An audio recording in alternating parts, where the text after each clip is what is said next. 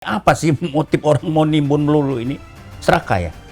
Ya itu tadi, supaya mendapatkan keuntungan yang luar biasa. Luar biasa. Luar biasa. Anda bayangkan kalau misalnya orang sekarang tadi oksigen itu nggak ada stok. Sedangkan orang butuh. Kalau nggak pakai oksigen ini orang mati. Orang berani bayar berapa saja untuk oksigen itu.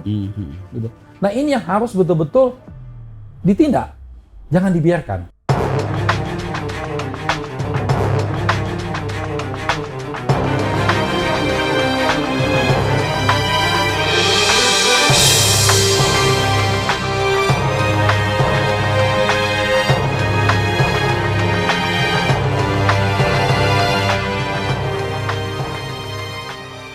Bung Hari, tadi kita sudah panjang lebar membahas tindak pidana korporasi ya. Saya yakin pemirsa sudah sangat paham tadi. Pak Ari atau Bung Ari mesti menjelaskan ada salah satu aspek di dalam tindak pidana korporasi itu ya, yang disebut dengan price fixing. Ya. Ini apa yang dimaksud dengan price fixing? Bisa nggak dijelaskan? Ya, bagus sekali, Bang Bursa. Jadi price fixing ini adalah pengendalian harga. Jadi bagaimana perusahaan-perusahaan tersebut melakukan pengendalian harga di pasaran. Nah ini sebetulnya sangat kontekstual dengan kondisi saat ini. Ya kita mendengar bahwa bagaimana saat ini harga-harga kebutuhan yang terkait dengan pandemi, misalnya terutama obat-obat ya? Ya, obat-obatan misalnya. Itu harga bisa melambung tinggi, bisa sampai 500 sampai 1000% harga itu naik, gitu. Masker, kemarin tabung oksigen, oh iya, hilang. Harganya bisa sampai luar biasa. Ada 5 juta. Tinggi sekali. Nah, inilah yang sebetulnya yang disampaikan oleh Bang Bursa tadi, ini yang harus betul-betul kita perhatikan. Pemerintah dalam hal ini adalah para penegak hukumnya, betul-betul harus mewaspadai ini. Dalam kondisi pandemi ini, terjadi permainan harga. Bagaimana satu perusahaan dengan perusahaan-perusahaan tertentu, mereka melakukan monopoli kegiatan dalam usaha, sehingga harga itu mereka yang menentukan. Dan masyarakat yang sekarang ini memang lagi membutuhkan, karena ini kaitan dengan nyawa, mau tidak mau harus beli, jadi tidak ada lagi antara kebutuhan seperti mekanisme pasar. Iya. Tapi ini kaitan dengan nyawa, mau tidak mau berapapun harganya mereka harus beli. Iya. Nah, siapa yang melindungi masyarakat? Siapa yang melindungi rakyat? Ya pemerintah. Dalam hal ini, penegak hukum harus melakukan pengendalian terhadap perusahaan-perusahaan yang memainkan harga ini. Apakah ada hubungannya price fixing dengan penimbunan barang? Iya, itu ada juga keterkaitan, juga ada tidak ya. Karena begini, penimbunan barang itu dalam terminologi hukum adalah mengumpulkan barang dalam jumlah yang banyak, lalu menyimpan barang-barang tersebut, ya, sehingga menjadikan kelangkaan, barang-barang tersebut menjadi langka, lalu begitu menjadi langka dan masyarakat membutuhkan, dijual dengan harga yang tinggi. Nah, di situ ada kaitannya, menjual dengan harga yang tinggi. Itu. Jadi kalau ketika ada orang mengatakan penegak hukum, wah ini karena masyarakat panik buying misalnya, katanya, membeli kebutuhan, itu tidak bisa dikatakan penimbunan, karena mereka wajar-wajar saja takut kehabisan obat, misalnya obat-obat yang terkait dengan pandemi ini, mereka beli untuk katakanlah untuk anak istrinya, ya itu wajar-wajar saja. Tapi ketika mereka membeli dalam jumlah yang sangat besar, lalu barang itu menjadi langka, hilang lagi ya, menjadi hilang di pasaran, lalu menjual dengan harga yang tinggi. Yang mampu ini sebetulnya korporasi-korporasi. Saya sudah pernah beberapa kali dalam beberapa kesempatan saya sampaikan, silakanlah penegak hukum untuk menindak para pelaku-pelaku di lapangan, pengecer-pengecer. Boleh saja silakan. Tapi jangan lupa di hulunya Di hulunya ini bagaimana perusahaan-perusahaan tersebut bermain. Ini yang harus diwaspadai. Ini yang sampai saat ini kita, ya mohon maaf, belum ada tindakan ke sana. Bahkan ada orang menduga bahwa ada mata rantai antara pengecer, grosir, sama korporasi obat-obatan ini.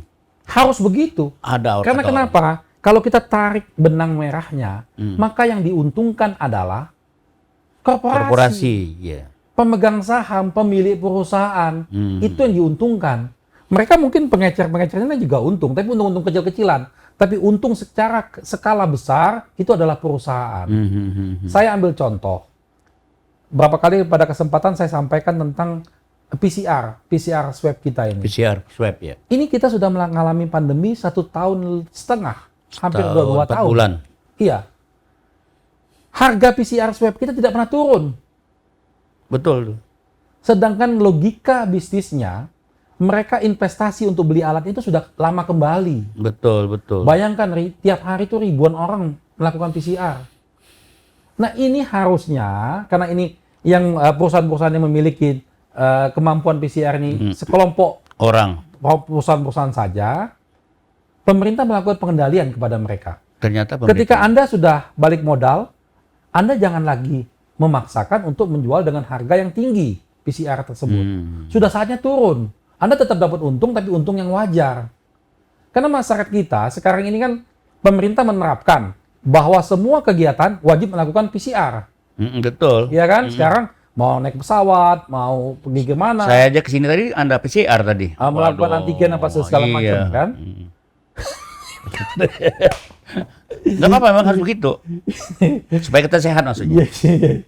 Nah, artinya sekarang kalau misalnya harga ini tidak dikendalikan oleh pemerintah, maka kesempatan ini diambil oleh korporasi-korporasi itu mengambil keuntungan yang begitu besar. Makanya tadi di awal saya sampaikan, price fixing itu adalah juga merupakan salah satu modus kejahatan dari suatu korporasi. Korporasi ya. Ya, gitu. Oke. Pernah nggak dirumuskan dari sudut aspek hukum soal penimbunan barang ini? Bukan saja penimbunan barang obat ya, penimbunan barang lainnya. Pernah nggak detail aspek hukumnya? Ya betul. Dalam undang-undang perdagangan kita, melakukan penimbunan itu ada ancaman hukuman pidananya. Betul. Mereka kena ancaman 5 tahun dan sanksi sampai 50 miliar. Nah ini harus ada penegakan hukum. Ini tidak hanya di level pengecer, tidak hanya di level di bawah, di hilir, tapi di hulunya. Bagaimana penimbunan? Kemarin kita mengalami kelangkaan, ya, barang-barang ini. Betul kita akui bahwa kebutuhan sangat tinggi, itu harus diakui memang kebutuhan kita sangat tinggi. Tetapi upaya-upaya penimbunan itu juga ada, dilakukan oleh korporasi-korporasi itu. Nah ini yang harus ditindak. Misalnya begini, Bang Bursa, pemerintah sudah membuat aturan tentang peraturan Menteri Kesehatan yang baru-baru ini tahun 2020. Di situ ada namanya harga eceran tertinggi. Yang ditetapkan Kes ya? Permenkes. Permenkes. Okay. Permenkes. Dalam Undang-Undang Kesehatan juga ada. Ada. Dan itu Permenkes ini selalu diupdate. Bahwa misalnya harga obat COVID itu dengan jenis sekian-sekian ini harganya sekian-sekian. Eceran tertinggi tadi ya? Harga eceran tertinggi. Nah jadi tidak ada alasan buat mereka menjual dengan harga yang berkali-kali lipat. Walaupun banyak kebutuhan. Karena kenapa? Karena kita dilindungi oleh peraturan atau oleh undang-undang. peraturan tadi. Makanya juga saya sampaikan berulang kali bahwa Permenkes juga harus mengupdate tentang misalnya kenapa harga ini tinggi, karena bahan bakunya tidak tersedia. Tidak tersedia karena mahal. Berarti harganya harus naik. Harus dibuat aturan dong. Naiknya batas berapa gitu ya? Naiknya batas berapa? Oke. Sehingga juga pengusaha-pengusaha juga dilindungin. Atau ini adanya sengaja gini. Pernah nggak ini Pak Ari sebagai ahli bidang pakar kejahatan koperasi koordinasi atau konsultasi dengan KPPU? Ini kan menyangkut monopoli. Nah, inilah makanya kita juga beberapa kali memberikan masukan kepada kawan-kawan kita di KPPU bahwa dalam masa-masa seperti ini mereka harus lebih giat, lebih teliti, ya, lebih agak ada gregetnya lah. Nggak ada greget dari zaman dulu KPPU ini. Saya kan menyaksikan itu. Iya, ini. Jadi ketika apalagi dalam kondisi kayak seperti ini, monopoli, permainan harga, penimbunan, ini KPPU harus betul-betul cepat tanggap di sini. Nah, pihak kepolisian juga harus betul-betul memikirkan ini. Mungkin di level-level Polda, di level-level Mabes, Bareskrim. Nah itu, pernah koordinasi dengan pihak Polri untuk mengatasi soal ini? Kalau diskusi-diskusi kita sering lakukan ya. Sering ya? Kita sering tukar pikiran ya. Karena kita ketahui bahwa memang belakangan ini tugas-tugas kawan-kawan kita di Polri ini kan cukup banyak. Bayangkan polisi harus melakukan vaksin, bantuan sosial, luar biasa ya. Jadi kegiatan-kegiatan di kepolisian juga banyak sekali. Banyak sekali, betul. Tapi tugas pokoknya Menjaga reserse, ketertiban, menjaga keamanan, ketertiban Kamtibmas jangan sampai ditinggalkan. penegakan hukum. Penegakan hukum Itu ini. penting itu. Ini jangan sampai ditinggalkan karena ini penting sekali. Kalau seandainya ini dibiarkan, maka akan terjadi Krisis ya. gejolak ekonomi. Iya, gejolak dalam perusahaan. sosial dan gejolak ekonomi. Itu. Ketika terjadi gejolak ekonomi akan muncul gejolak sosial. Nah, kalau terjadi gejolak sosial, kerusuhan di mana-mana, orang tidak hilang kepercayaan Iya, kepada pemerintah. Ini kan betul-betul mengkhawatirkan. Mengkhawatirkan ya.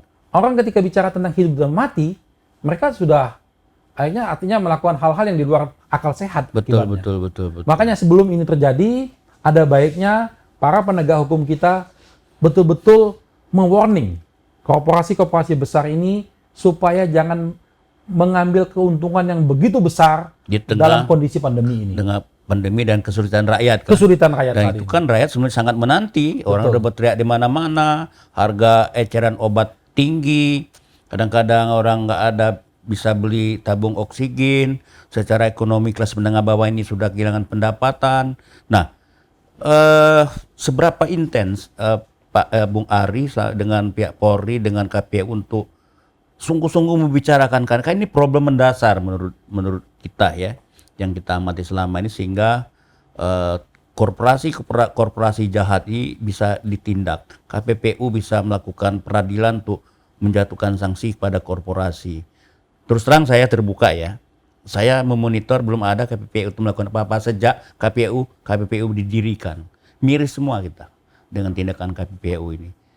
Ya, saya begini, artinya lembaga KPPU ini sangat dibutuhkan oleh masyarakat. Betul. Ya. Dan apalagi sekarang kondisi pandemi, kondisi yang betul-betul bagaimana saat ini orang seakan-akan menggunakan kesempatan dalam situasi ini, segala macam kesempatan dimainkan. Nah, tugas Komisi Persaingan Usaha ini betul-betul harus dimaksimalkan kembali. Kawan-kawan di KPPU untuk bersemangat lagi, menunjukkan bahwa mereka ada eksistensinya. Nah, begitupun kawan-kawan di kepolisian. Harapan kita ada dalam waktu dekat tindakan-tindakan kepada korporasi-korporasi yang besar yang betul melakukan kejahatan, ya, sehingga betul-betul menimbulkan efek jerah yang mempunyai akibat. Efek jerah ini ya. Mempunyai akibat yang betul-betul membawa kesejahteraan bagi masyarakat. Tapi jangan lupa, Bang Bursa, bahwa untuk korporasi-korporasi yang betul-betul beretikat baik dan melakukan bisnis secara benar, iya, itu harus dilindungi. Karena korporasi besar yang baik itu dia menghasilkan pajak bagi negara, Betul, menyerap tenaga kerja, pertumbuhan ekonomi. Iya. Yang jahat ini maksud saya yang ditindak itu. Nah, korporasi-korporasi yang baik ini justru birokrasinya harus dipangkas. Bagaimana birokrasi ini supaya mereka bisa berinvestasi jauh lebih banyak. Iya. Mereka bisa berusaha lebih mudah. Dilindungi ya. Dilindungi. Ada kepastian hukum di sana gitu. Jadi harus dibedakan, misalnya orang yang stok barang, perusahaan yang stok barang dengan orang penimbunan beda. Ya, ini coba gimana bedanya? Iya. Jadi kadang-kadang, nah ini mohon maaf, di lapangan kadang-kadang kita dapat juga nih orang yang betul-betul memang stok barang untuk persediaan ya. Persediaan memang ada dasarnya, untuk mata rantai. tapi dikatakan sebagai penimbunan, lalu dikerjain, lalu ujung-ujungnya ya 86. yang ini yang harus dihindari. Karena itu 86. akan mengganggu pertumbuhan ekonomi kita. Korporasi-korporasi baik ini harus dilindungi dan diberikan kepastian hukum. Kenapa bisa pihak kepolisian nggak bisa milah mana yang nimbun, mana yang nyetok itu menurut Pak Ari? Ya kadang-kadang pemahaman Salah kawan-kawan. informasi ya? Iya, kadang-kadang pemahaman ini. Kemampuan pemahaman di lapangan kadang-kadang ya. Dan juga mungkin kadang-kadang juga yang mohon maaf ada oknum-oknum yang bermain. Oh, nakal ya. Ya, mengambil kesempatan juga. Sehingga kadang-kadang begini, kita lihat nih di masa pandemi ini banyak sekali perusahaan-perusahaan yang bukan di bidang kesehatan beralih ke bidang kesehatan. Yang tadinya misalnya dia di bidang garment, buat baju-baju misalnya. Iya. Sekarang dia buat APD, Iya. ya kan? Lalu buat masker, buat apa? Itu sih bagus menurut saya. Dilindungi ya. Iya, mestinya. itu kan artinya dia membantu supaya persediaan kita tidak perlu mendatangkan dari luar. Untuk Kita bisa mempercepat, iya. memproduksi sendiri supaya kebutuhan kita terpenuhi. Betul. Lalu ada perusahaan-perusahaan yang sekarang bergerak di bidang PCR. Muncul itu bagus menurut saya. Karena kenapa? Karena supaya kita cepat melakukan PCR-nya. Masyarakat ada kepastian di sana. Dan harga bisa jadi turun karena kalau banyak kan, kalau sedikit kan harga semakin tinggi. Iya, iya betul. Gitu. Lalu ada kawan-kawan juga bergerak di bidang misalnya kesehatan, ada bisnis kesehatan, rumah sakit, tempat isoma apa segala macam. Itu sah-sah saja. Betul. Mereka melakukan usaha bisnis Dan orang mau untung kan. dapat keuntungan, Tapi dan jangan dibutuhkan masyarakat. menyulitkan rakyat. Tapi jangan menyulitkan rakyat. Oke, oke. Jangan memainkan harga. Jangan membuat penimbunan. Itu Nah, soal penimbunan ini apa sih motif orang mau nimbun melulu ini? Serakah ya? ya itu tadi supaya mendapatkan keuntungan yang luar biasa. Luar biasa. Luar biasa. Anda bayangkan kalau misalnya orang sekarang tadi oksigen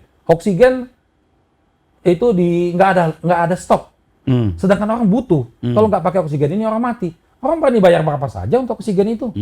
Gitu. Nah ini yang harus betul-betul ditindak. Jangan dibiarkan. Harus ada penindakan hukum yang jelas. Oke. Sering selalu kita menyampaikan aspirasi rakyat itu harus ditindak, harus ini. Tapi nggak pernah ada gerakan cepat aparat hukum menindak itu. Ya gitu-gitu aja akhirnya. Ya, saya pikir apa itu saran Pak Ari sebagai advokat ya, sebagai tokoh aktivis lah gitu loh. ya saya pikir itu kewajiban kita bersama ya. Negara ini kita dirikan artinya untuk kepentingan kita semua. Ya. Jadi masyarakat baik itu dari LSM, dari para kawan-kawan aktivis, kawan-kawan mahasiswa berani menyuarakan, berani melakukan kritik, ya, supaya ada fungsi kontrol di sana.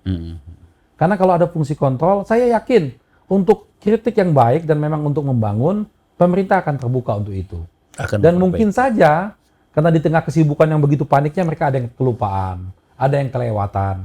Nah, kawan-kawan yang di non pemerintahan seperti Bang Bursa nih, punya banyak LSM, punya banyak kawan-kawan aktivis bisa menyuarakan itu. Saya yakin pemerintahan wajib untuk mendengar. Negara kita negara demokrasi Dan negara hukum. dan negara hukum. Betul Penegak sekali. hukum harus lebih efektif yang menegakkan Betul. hukum, terutama jangan tajam ke bawah tumpul ke atas. Nah, ini yang jadi masalah selama ini, Iya. terutama polisi, Polri ya, dalam tindakan awal itu supaya penimbun-penimbun ini ditegakkan hukum dengan yang benar, supaya rasa frustasi masyarakat tidak luntur, terus trust pada masyarakat, pada pemerintah juga tetap kuat gitu kan. Tapi kan selalu banyak kendala di lapangan. Nah, menurut Bung Ari ya, apalagi yang mesti kita lakukan dengan situasi pandemi ini? Di samping ada penimbunan barang, aparatur Polri kurang sigap ya, KPPU kita juga kadang-kadang nongol, kadang-kadang menghilang gitu. Apalagi ini? Ya, Civil society civil lemah society harus ya. sekarang civil society kita agak melempem. Kita harus Apa saran Pak? ya artinya bagi begini. Ketika civil society ini menguat, pemerintah nggak perlu khawatir. Karena kenapa? Karena civil society ini justru untuk sparring partnernya pemerintah. Pemerintah ya. Karena pemerintah akan mempunyai kritik yang cerdas, kritik yang benar, gitu.